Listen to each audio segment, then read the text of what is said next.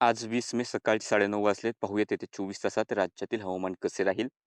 उत्तर-पश्चिमेकडचे वारे जे आहेत, ते इकडे मराठवाड्याचे उत्तर भाग आणि इकडे विदर्भापर्यंत पोहोचत आहेत. त्यामुळे विदर्भात तापमान हे वाढलेलं राहील. राज्याच्या काही भागांमध्ये स्थानिक पातळीवरती ढगनिर्मिती होऊन पाऊस होण्याची शक्यता सुद्धा आहे. साधारणतः मध्य महाराष्ट्र, कोकणात सुद्धा पश्चिमेकडचे वारे वाढलेत. त्यामुळे तापमानात घट ही अपेक्षेप्रमाणे पाहायला मिळू लागलेली आहे.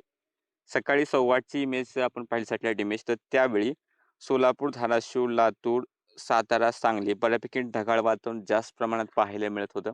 आताही या ठिकाणी ढगाळ वातावरण आहे. या ढगाळ वातावरणाचा परिणाम म्हणून या ठिकाणचं तापमान थोडंसं नियंत्रित राहू शकतं. पण विदर्भाकडे तुम्ही पाहू शकता की कसल्याही प्रकारचे ढग नाहीयेत आणि तापमान आत्ताच 38° किंवा त्याहून अधिक पोहोचू लागलेलं आहे. येत्या 24 तासातील जर आपण विचार करायला गेलो तर सर्वात प्रथम नागपूर, अमरावती, वर्धा, चंद्रपूर, गडचिरोलीचे काही भाग असतील. तापमान 45°C, 46° किंवा 46 पेक्षा जास्त सुद्धा काही ठिकाणी पाहायला मिळण्याची शक्यता आहे. अकोला, वाशिम, अमरावती, हिंगोली, नांदेड, परभणी, बुलढाणा, जळगावचे उत्तरेकडील भाग असतील थोडेफार.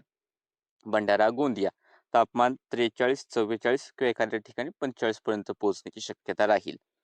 पण इकडे जो पश्चिमेकडे आलात, तर इकडे नगरचे पूर्व भाग, छत्रपती संभाजीनगर, सोलापूर, धाराशिव, लातूर, बीड, जालना किंवा इकडे धुळे, नंदुरबारचे भाग असेल तापमान 40 ते 43°च्या आसपास राहील. बऱ्यापैकी भागांमध्ये 40-41 पर्यंत तापमान जाऊ शकते आणि अजून पश्चिमेकडे आलात तर तापमान खूप कमी राहील. 38°C किंवा त्याहून कमी तापमान या मध्य महाराष्ट्राच्या बऱ्याचशा भागांमध्ये पाहायला मिळेल. कोकणात किनारपट्टीला 33°च्या आसपास आणि अंतर्गत भागात 35-36 किंवा 37° पर्यंत तापमान जाऊ शकतं. पावसाची शक्यता आज थोड्याफार प्रमाणात दिसत आहे.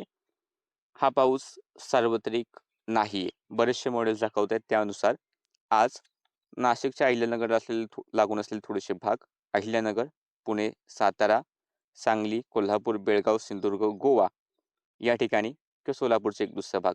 या भागांमध्ये सार्वत्रिक नाही, एक दुसऱ्या ठिकाणी गडगडाट आणि पावसाची शक्यता दिसत आहे. तर त्याला अनुसरलेले रत्नागिरी, रायगड, नाशिकचे इतर भाग असतील, धुळे, जळगाव, छत्रपती संभाजीनगर, जालना, बीड, धाराशिव, लातूर, नांदेड, चंद्रपूर, गडचिरोलीचे दक्षिण भाग, यवतमाळचे दक्षिण भाग या ठिकाणी स्थानिक ढग निर्मितीवरती लक्ष राहू द्यात. तर स्थानिक ढग निर्मिती एखाद्या ठिकाणी झाली तर पाऊस होण्याची शक्यता राहील, नाहीतर जास्त काही शक्यता नाहीये. इतर जिल्ह्यांमध्ये हवामान कोरडे राहण्याचा अंदाज आहे. बाकी सध्याच्या अपडेटमध्ये इतकंच. असेच व्हिडिओ पाहण्यासाठी चॅनल सबस्क्राईब करा, फेसबुक पेज फॉलो करा.